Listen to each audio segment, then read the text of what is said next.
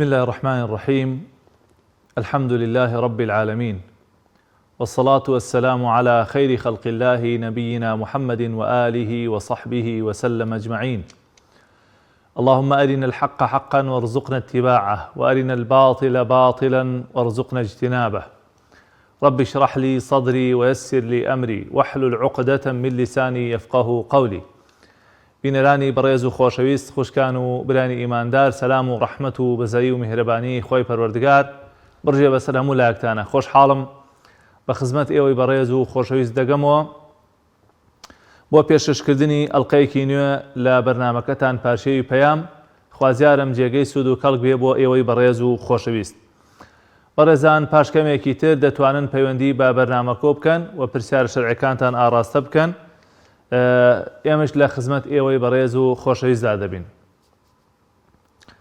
بەڕێزان، لە درێژەی بابەتی یاساکانی ڕۆژوو لە ئەڵقەی ڕابردوودا باسمان لە هەندێک لەو شتانە کرد کە لە شەریعەتی پیرۆزی ئیسلامدا ڕێگە پێدراون بۆ کەسێک کە بە ڕۆژووە.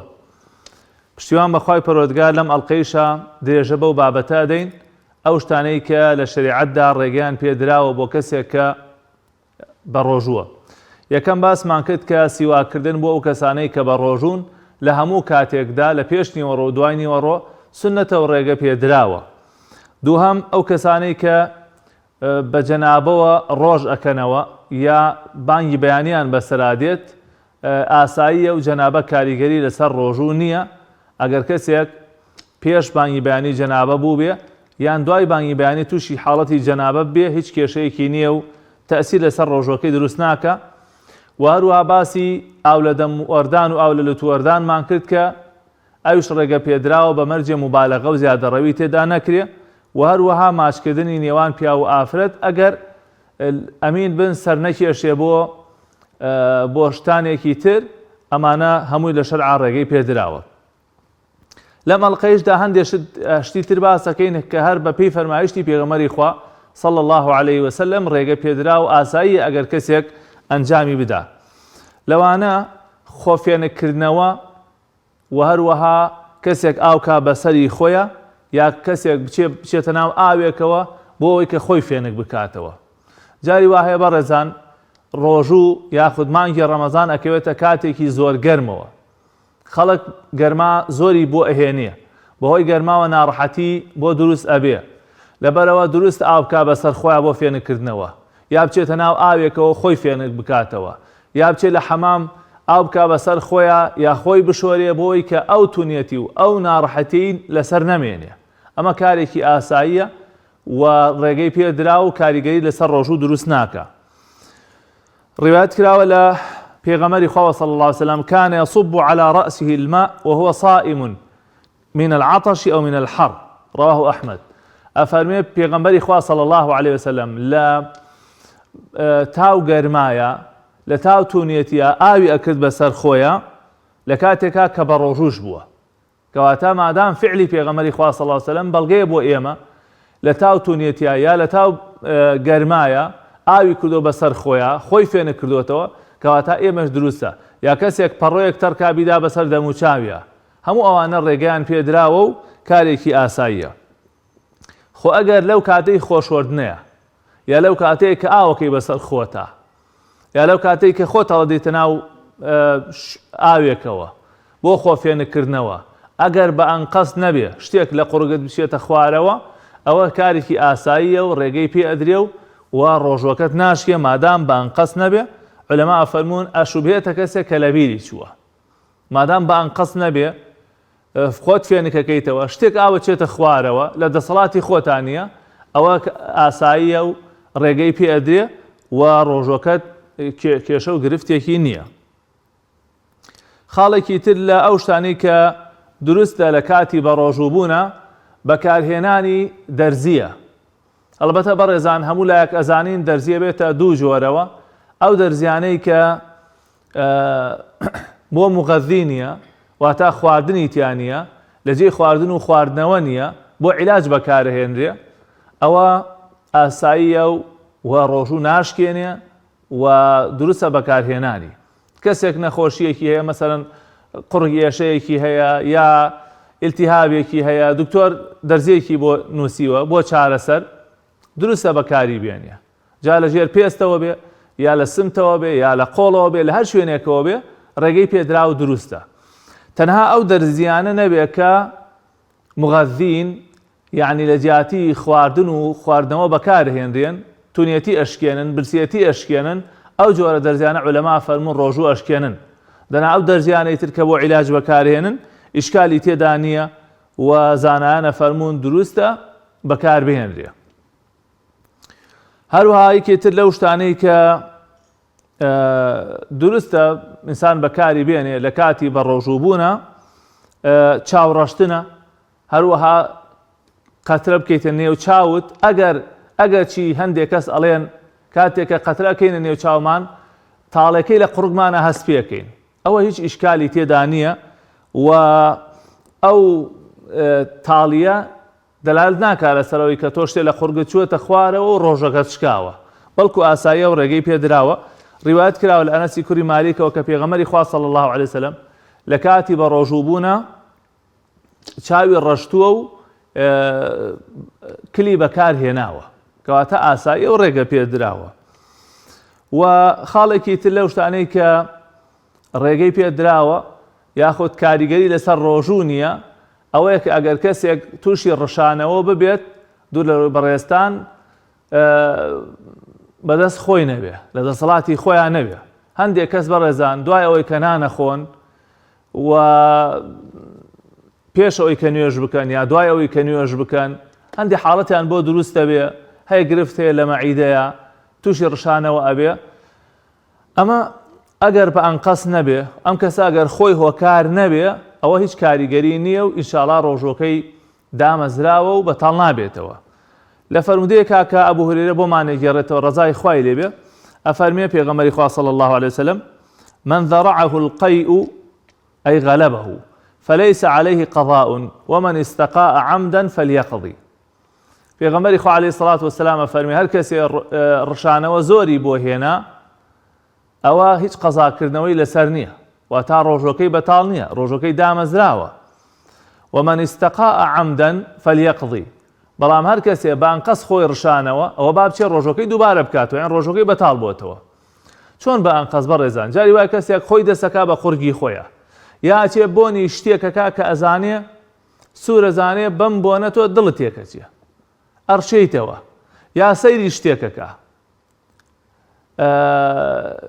ئەلەم حاڵەتانە ئەمە خۆی هۆکارە خۆی سەبەبە بۆی کە بڕشێتەوە بەڵام تۆ لە دەسەڵاتی خۆتان نەبێ وەکو وەڵێ گوناحی تۆی تیانە دڵت هەڵەچێ یان حاڵەتێکی بۆ دروستە بێ ئەڕشەیتەوە ئەوە هیچ ئیشکالی تێدا نییە بەپێی فەرمایشتەکەی پێغەمبەری خوا صلی الله عليه وسلم مادام بە عەمدەن نییە ئەوە ڕۆژۆکەت نەشکاوە و ئینشاءڵڵا کاریگەری لەسەر ڕۆژوو نییە خاڵێکی تر لەو شتانەی کە لە ڕۆژوودا ڕێگەی پێ ئەدرێ بریتە لە کەڵەشاخکردن یاخود وەرگرتنی خوێن بۆ فەحس و بۆ ئەو بابەتانە بۆ نەخۆشی چونکە پێغەمبەری خوا صلی الله عليه وسلم ڕیوایەت کراوە کە حیجامەی کردووە کەڵەشاخی کردووە لە کاتێکا کە بە ڕۆژوو بووە ئللا لە حاڵەتێکا بەڕێزان باش نییە کە ئەو کەسە بنیەتی لاواز بێ و هەست بکە بە وەرگرتنی ئەو خوێنە لاوازە بێ و بە ئەنجامدانی ئەو کەڵەشاخە تووشی زوعفە بێ تووشی لاوازیە بێ کاریگەری لەسەر دروستەکە تووشی ناڕەحەتیەکە ئەوە لەو کاتەیە کەڕاهەتی نییە کەڕاهەتی هەیە و باش نییە بیکات بەڵگەمان بۆی کە حیجامە و کەڵەشاخ دروستە لە کاتی بە ڕۆژووبوونا ئەو فەرمودەیە کە ئیبن عەباسە گێڕێتەوە فەرمێ أن رسول الله صلى الله عليه وسلم احتجم وهو صائم وتا پێغەمبەری خوا عليه الصلاة والسلام کەڵەشاخی کردووە لە کاتێکدا کە بە ڕۆژوو بووە بەڵام پێغەمبەری خوا پێی لاواز نەبووە ئاسایی بۆ بەلایەوە ثابتی بونانی ئەفەرمێ بە ئەنەسی گوت ڕەزای خوای پەروەردگاری لێبێ کە ثابت تابعیەکە و ئەنەس سەحابەی پێغەمبەری خوا صلی الله عليه وسلم فەرمووی أكنتم تكرهون الحجامة للصائم على عهد رسول الله صلى الله عليه وسلم فرمي آية أنس إيه ولا سردمي بيغمبري خوايا عليه الصلاة والسلام حجامة وكرشاختان بە چاک نەئەزانی پێتان باش نەبوو؟ فەرمووی لا، فەرمووی نەخێر، اعتیادی بوو، ئاسایی بوو، إلا من أجل الضعف، إلا مەگەر کەسێک لاواز بێت، یا پێی لاواز بێ، یا پێی ناڕەحەت ببێ، کاریگەری لەسەر تەندروستی دروستکە، ئەوە لەو حاڵەتەیە کەڕاهەتی هەیە باش نییە، ئەگینا ڕێگەی پێدراوە و کارێکی ئاساییە. خاڵێکی تر بەڕێزان لەو خاڵانەی کە ڕێگەی پێدراوە و کارێکی ئاساییە ئەوەیە کە کاتێک کە بانگ ئەدا کەسێک ئاو بەدەستێوەیەتی یا کەسێک تیکەیە بەدەستێوەیەتی خەریکی خواردنی تیکەیەکە یا هەندێک جار خواردنەکە لە دەمیایەتی، ئەوە ئاساییە بەڕێزم لەو حاڵەتەیە بیخۆیت. زۆر کەس پرسیار لە ماکەن خۆشەویستانم، ئەرێ مامۆستا ئەگەر بانگیدا ئێمە ئەتوانین تیکێ دوانتر بخۆین یان ئەگەر بانگیدا ئەتوانین ئاو بخۆینەوە؟ بەڕێزان ئەگەر ئەو کەسە کە بانگی ئەدا لە کات و ساتی خۆیان بانگی ئەدا واتە دڵنیا بووی لەوەی کە بانگەکە لە کاتی خۆیان ئەدرێ، نابێت کە بانگیدا هیچ شتێکی تر بخۆی، نابێت کە بانگیدا ئاو بخۆیتەوە یا هەر خواردنێکی تر بخۆی، لەبەرەوەی ئەوە داخلی وەقت بوو، ئەوە فەجر هات، ئەوە بەیانی شەبق یعنی بڵێن ڕۆژ بوویەوە، ئیتر ناتوانی بیخۆی. بەڵام شریعەت ئیستثنایەکی کردووە، شتێکی جیا کردووەتەوە، ئەویش ئەوەیە کە تۆ خەریکی پەرداخەکە بەدەستەوەی ئاوەکە ئەخۆی بانگ ئەدا، پەرداخەکە بەدەستەوەیە، ئەوە حەدیثە فەرمێ بادای نەنێتەوە تاکو ئاوەکەی ئەخوا، یا تیکەیەک پارویەک بەدەستەوەیە، یا لە دەم تایە خەریکە ئەی خۆی، پێویست ناکە جارێکی تر دەری بکەیتەوە ئەو تیکە بخۆ، ئەمەیان شریعەت ڕێگەی پێداوە و کارێکی ئاساییە. بەڵام تۆ بانگی داوە ئەگەڕێی بزانی کام مامۆسا بانگەکەی درێژترە، هیوایە ئەڵێ وڵای ڕەحمەت لەو مامۆسای بانگەکە درێژ دەکاتەوە، یان گوێگرێ لە مزگەوتەکان بزانە کام مزگەوت درەنگتر بانگەدا، بەو مزگەوتە و بەو مامۆستایە ڕۆژوەکەی بڵێن پارشیەوە کات، ئەوە بەڕاستی کارێکی باش نییە بەڕێزان. احتیاط باشە لە دینە، یعنی تۆ بۆ ئەمەنە تاخیرەکەی بەو قومە ئاوە چیت لێ دێ.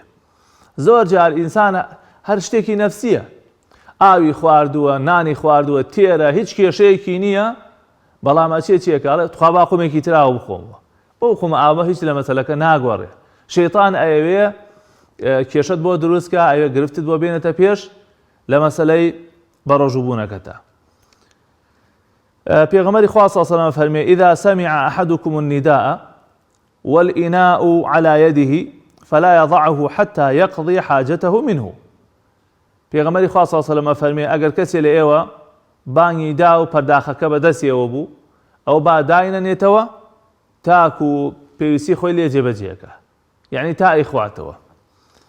خۆشەویستانم با پەیوەندیەکان وەرگرین، ئەگەر ئەو برانە تۆزێ دەنگت بەرز کرە با باش گوێم لێ بێت. خوشکە ئەسمامان لەگەڵا لە هەولێرەوە، فەرموو ئەسما خان. ئاکاتت باش مامۆستا، هەموو کاتێکت پڕخێر بێدا دەکەم. سەلامت فی سپاس. مامۆستا پرسیارێکم هەبوو. بەڵێ دا دەکەم.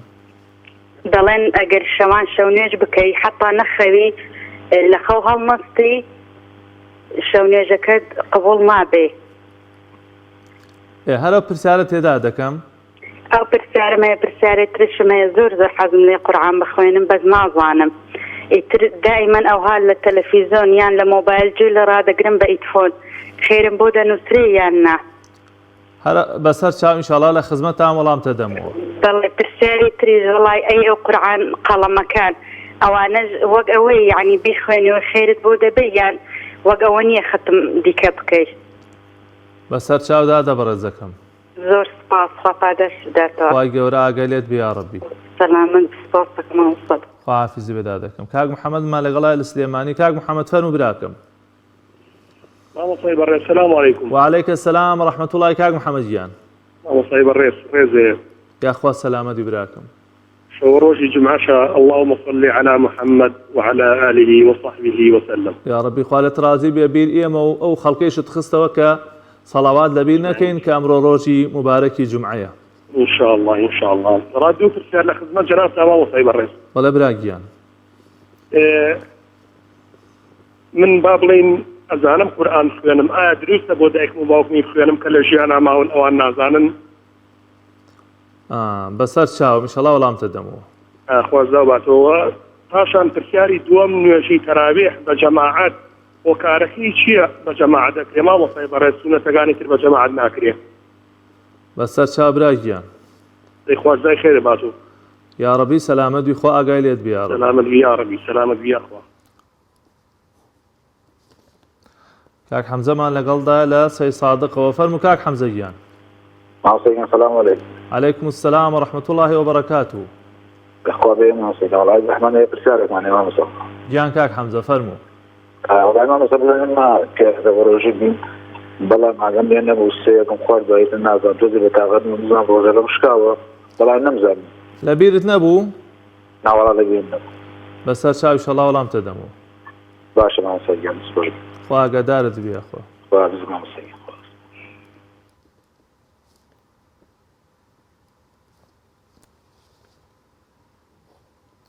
کاک مەسعودمان لەگەڵایە لە هەولێرەوە فەرموو برای گیان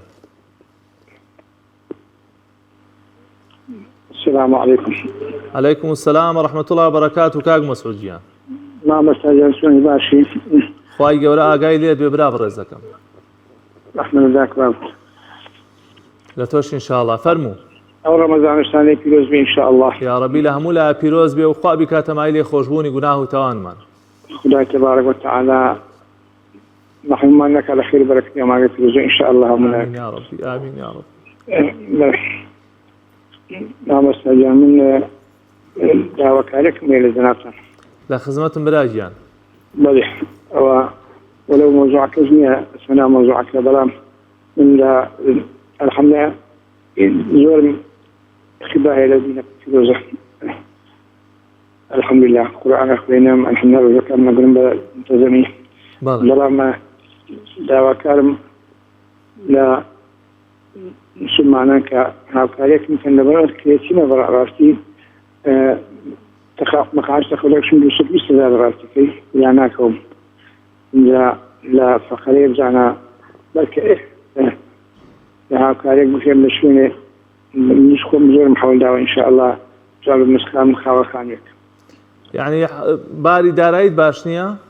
بەڵێ وەڵی 220,000 معاش تەقاعدەکەم وەڵا دەی خوای پەروەردگار دەروی خێرت لێ بکاتەوە ئینشاءالله نەخۆشی سەر ئۆپۆستاتشم هەیە وەڵا لەبەر ئەوە باشە برای گیان خوای پەروەردگار دەروی خێر لێ بکاتەوە ئینشاءالله و کارت بۆ ئاسان کا و ناڕەحەتیەکان لەسەر لابەرە براکەم ئینشاءالله زۆر دوعای خێرتان بۆ بکەم ئینشاءالله لە دنیا و قیامەت سەرفراو و سەربەرز دەبێت ئینشاءالله یا ڕەبی خوای تەعالا لە خێر و بەرەکەتی خۆی بەسەر تا بڕێژێ و کارەکان بۆ ئاسان کە براکەم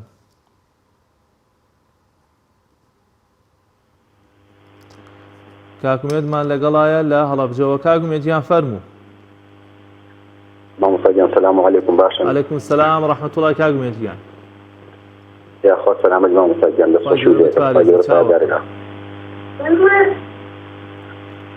فەرموو گیانەکەم مامۆستاگیان بێ زەحمەت پرسیارێکم هەیە بەڵێ سەبارەت بە دەستگرتنەوە لە کاتی پاشێوانە بەڵێ مامۆستاگیان خوای گەورە لە قورئانە فەرمێ بخۆن و بخۆنەوە هەتاوەکو خەتی ڕەش و سپی لە ئاسمانە لێک جاکەنەوە بەڵێ ئەگەر ڕوونکردەوەمان بدەیت سەبارەت بەوە بەسەر چاوم ئینشاءالله لە خزمەتتان دەستی خۆش بێ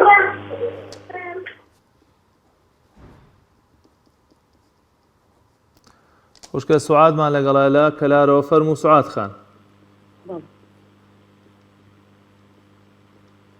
دادە سوعاد السلام عليكم مامۆستا عەلەیک سەلام وەڕەحمەتوڵڵاهی خوشکە بەڕێزەکەم ڕەمەزانت لێ پیرۆز بێ مامۆستاگیان لە هەموو مسلمانان یاخوا خوالێت ڕازی بێت سەلامەت بی مامۆستاگیان پرسیارێکم هەیە مامۆستاگیان بەڵێ دادەکەم زەحمەت مەبلەغێ پارەمان هەیە بە ساڵی بەسەر نەچووە بەڵێ زەکاتی لێ ئەکەوێت یان نا بەسەر چاو ئینشەڵڵا وەڵامتە دەمەوە دادە بەڕێزەکەم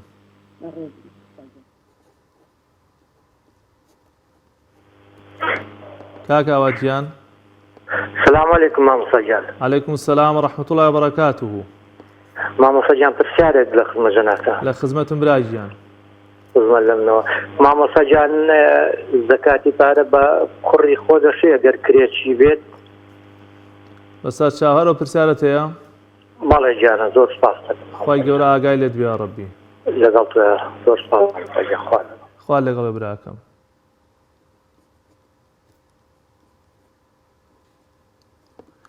کاک ئەحمەدیان لە کفریەوە فەرموو کاک ئەحمەدی بەڕێز.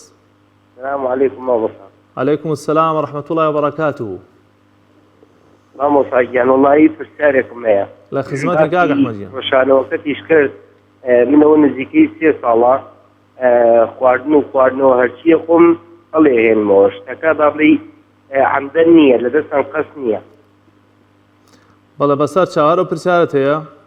هەرەوەڵا بەس ئەوەیە مۆزوعەکانی من خواردنەکە خۆم دوای 5 دقە هەڵێ هێنمەوە دوایەوە هەست بە برسێتی و تینەتیەکەکەم ئەمە هیچ کێشێک دروست ناکە.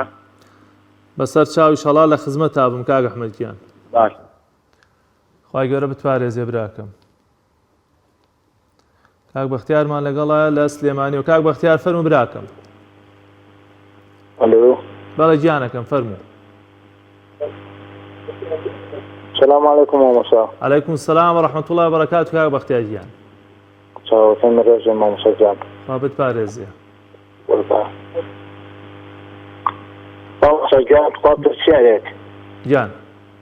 ببوورێ مەگوزارمان هەیە لە سلێمانی لە خۆ زایوای خەڵکی داوای زەکات دەکات ئێمەش نازانین ئەو کەسە مستەحەقە یان نا ئەپارێتەوە پوزێتەوە بەجێمە نازانین مستەحەقە یان نا ئێمە ئەگەر قسەیەک بکەین لەسەرمانە بێتە گوناحە. بەڵێ بەڵێ بەسەر چاوی شەڵا وەڵامتە دەمەوە. تکانە خۆمان زەکاتمان داناوە بۆ کەسێکی دیاریکردین بۆ قسەخانەی هیوا. بەسەر چاو ئینشاڵا لە خزمەت تابم کاک بەختیار گیان. خی گەورە بتپارێزێ. پەیوەندی کۆتاییمان کاک عابیدمان لەگەڵا لە دەربەنی خانەوە فەرموو کاک عابید. مامۆستا گیان سلام علیکم. عليكم السلام ورحمة الله کاک عابید گیان. مامۆستا گیان دوو پرسیارمان بۆ هەرف نەبێ. فەرموو یەکەم. پرسیاری یەکەم سیواک لە دوای پاشەوە بڵێن لە دوای نوێژەکان لە مەسەلەی نوێژی نیمەڕۆ و عەسر و مەغریب و ئەو ناوە حوکمی چییە بەکارهێنانی؟ بەڵێ. پرسیاری دووەمیشم حوکمی یەکێک نوێژ نەکا و ڕۆژە بگرێتوێ. بەسەر چاو ئینشاڵا لە خزمەت تابم. باش مامۆستا خوا جەزاکە. خی گەورە بتپارێزێت.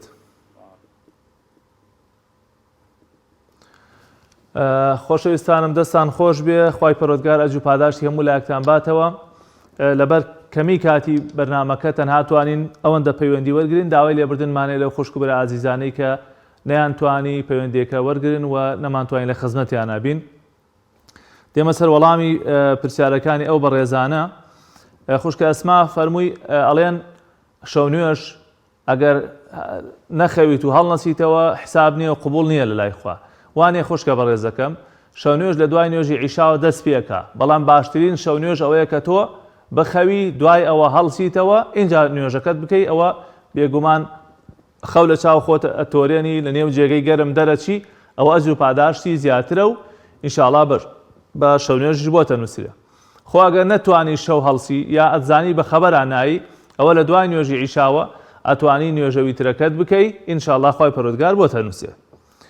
و فەرمی من ناتوانم قورئان بخوێنمەوە گوێی لێگرم. گوێ لێگرتنیش هەر خێرە بەڕێزم. بۆ ئەوانەی کە خوێنەواریان نییە ئەتوانن گوێ لە قورئان بگرن. پێغەمبەری خوا صلی الله علیه و سلم بە سەحابەیەکی فەرموو قورئانم بۆ بخوێنە. وتیان فەرمی بە پێغەمبەری خوا ئەی پێغەمبەری خوا تۆ بۆ سەر تۆ دابەزیوە قورئان. من بیخوێنم فەرمی بەڵێ من حەزەکەم لە غەیری خۆمەوە گوێم لێ بێ. کەواتە گوێگرتن لە قورئان خێرە ئەجر پاداشتی هەیە. و پرسیاری قەڵەم قورئانیشی کرد. قەڵەم قورئان زۆر زۆر چاکە بەڕێزان. قەڵەمێکە ئەخێتە سەر قورئانەکە جوان جوان بۆتە خوێنێتەوە. ئەتوانی دووبارەی بکەیتەوە هەڵەکانت ڕاستکەیتەوە خۆت فێر بکەی و گوێی لێ بگری ئەجر و پاداشت دەسەکەوێ. بۆیە بەڕاستی ئەمڕۆ زۆر ئاسانکاری کراوە. ئەوەی ئەزانێ قورئان بخوێنێ با بۆ خۆی بیخوێنێ ئەوەی نازانێ با گوێی لێ بگرێ یا لە ڕێگەی ئەو قەڵەم قورئانەوە بیخوێنێ زۆر سوودی هەیە و ئیسفادەی لێ ئەکات. کاک محەممەد فەرمووی ئایا قورئان بۆ دایک و باوکم بخوێنم لە کاتێکە خۆیان لە ژیان ماون.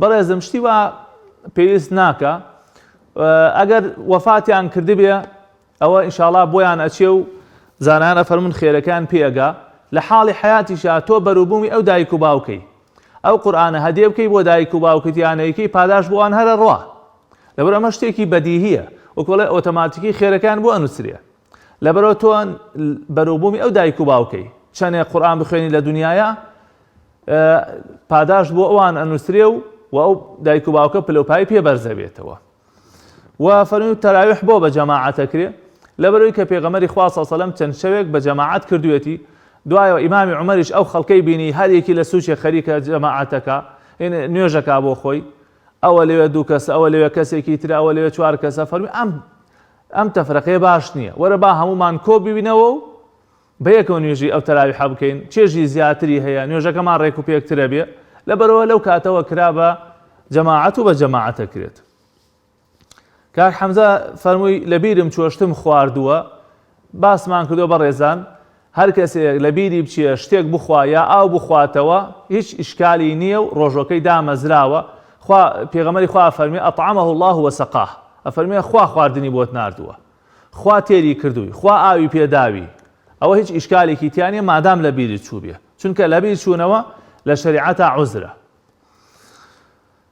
کاک مەسعودیش فەرمووی باری دارایان باش نییە و نەخۆشم ئێمە داوای دوعای خێرت بۆکەین خوای پەروەردگار کارت بۆ ئاسان کا دەروی خێرت لێ بکاتەوە برا عەزیزەکەم کاک ومێد لە هەڵەبجەوە فەرمووی ڕوونکردنەوەمان بەرە لەسەر ئەو خەیط الأبيض من الخيط الأسود بەڕێزان ئەوە مەبەستی پێ دەرکەوتنی فەجرە مەبەستی پێ دەرکەوتنی فەجری صادقە واتە ئاسمان ڕووناکە بێتەوە کە ڕۆژە بێتەوە بەڵام ئەم دەرکەوتنە بەڕێزان زۆر بە وایە لە ناو شارەکانەوە لەبەر ڕووناکی دیار نییە کاتی خۆی لە گوندەکانە ئێسەیشی پێوە بێ لەو شوێنانەی کە تاریکە کە بەرەبەیان دەرەکەوێ بە درێژ بە پانی بەسەر شاخەکانە لەو سەرە بۆ ئەو سەر دنیا ڕووناکە بێتەوە ئەو پێتێ خەیط الأبيض من الخيط الأسود بەڵام ئێستا ئێمە چونکە لە ناو شاراین و ڕووناکی زۆرە بە تەواوەتی نازانین دیار نییە جاوە سەحابەیەک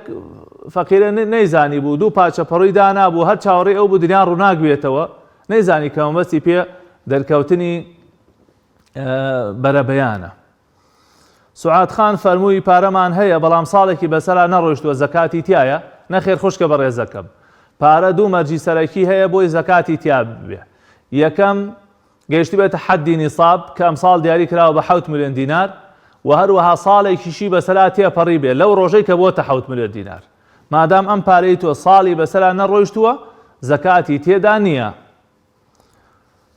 خوشکە ببرن کاک ئاوات پرسیاری ئەوەی کرد ئایا زەکات بە کوڕی خۆت ئەشەیە کرێکی بێ کاک ئاوات گیان ئەگەر کوڕەکەت قەرزارە و کرێچیە مەسرەفی لەسەر تۆ نییە لە یەک سفرە و خوا نان ناخۆن ئەوە دروستە بە ناوی قەرزاریەوە بیدەی بە کوڕەکەی خۆت ئەسڵ وایە دایک و باوک زەکات نەدا بە ئەو کەسانی کە بژێویان لەسەرە بەڵام مادام ماڵی جیایە و قەرزارە دەستکورتە کرێچیە ئەوە ئینشاءڵڵا ئومێد دەکەم کە ئاسایی بێ و زانانی ئیسلام فەرموون ئاساییە و ئینشاءڵڵا زەکاتەکەیشت لەسەر ئەکەوێت کاک ئەحمەد لە کفری پرسیاری ئەوەی کرد کە ئەوە 3 ساڵیشە بێ هەموو ڕۆژێ چی ئەخوا دوای هەڵئێهێنێتەوە دوای چەند دەقیقەیەک ئایا کاریگەری هەیە بۆ سەر ڕۆژەکەی یانیەتی هەرچەندە ئێمە باسیشمان کرد کاک ئەحمەد گیان تۆ مادام لە دەسەڵاتی خۆتان نییە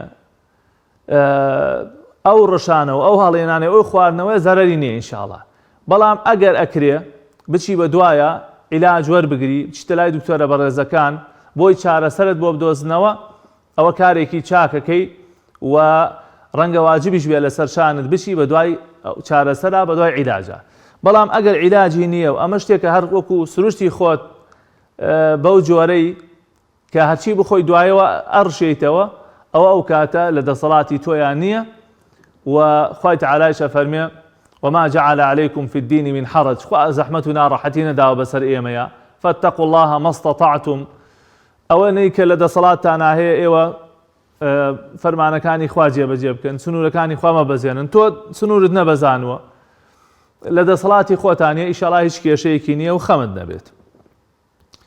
کاک بەختیار پرسیاری ئەوەی کرد کە خەڵکی دێت داوای زەکاتەکە و نازانین مستحقیان نا، هەندێک جار قسەی شەکەین ئایا گوناهبارە بینیان نا.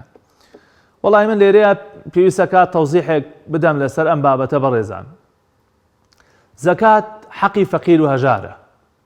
ئەبێ بگاتە دەست خەڵکانێک کە فەقیر و هەژارن. نابێت لە خۆتەوە بچی زەکات بدەیتە کەسێک کە نازانی فەقیرە یا هەژارە.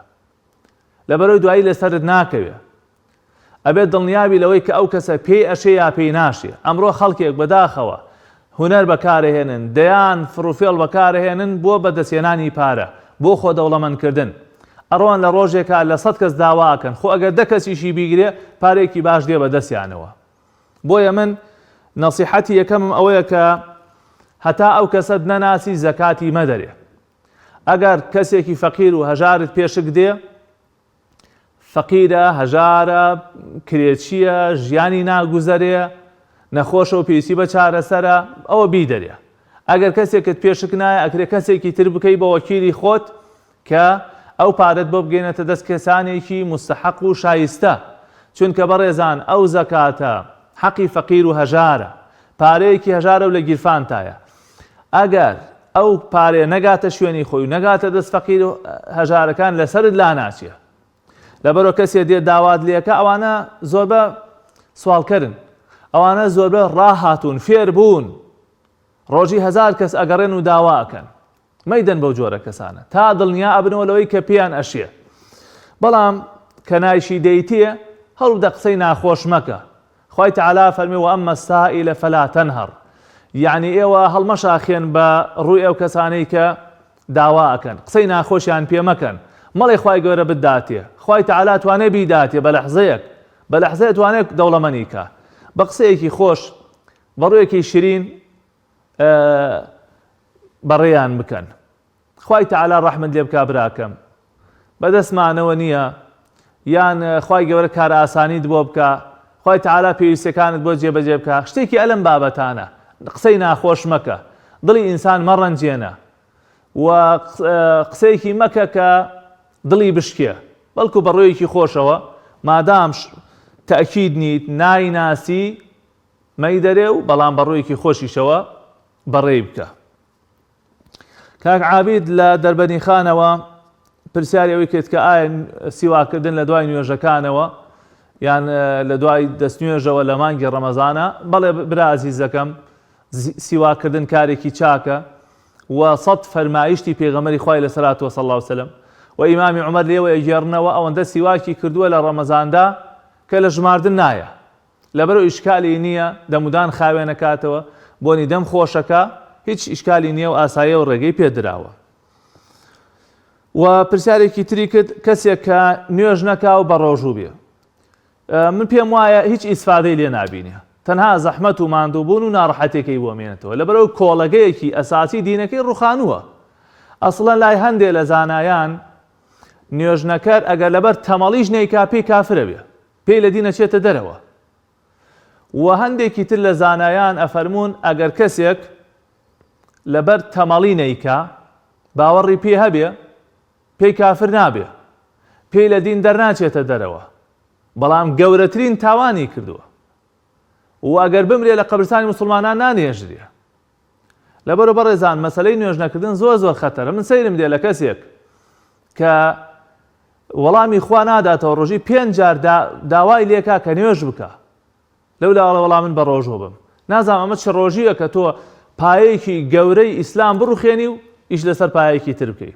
من بەو کەسانە ئەڵێم کە ڕۆژوە گرن و بە نوێژ ناکەن، ئەڵێم دیارە ئێوە خێرێکتان تایە، ئەمەلمان هەیە کە ئێوە خێرێکتان تیا بێ. مادام لەلایەکەوە ترسی خوا لە دڵتایە و فەرمانێکی خوا جێبەجێەکەی قۆڵی لێ هەڵماڵە و پشت بەخوا ببەستە و ئەو ڕوکنەی تر و ئەو پایی تری جێبەجێ بکە.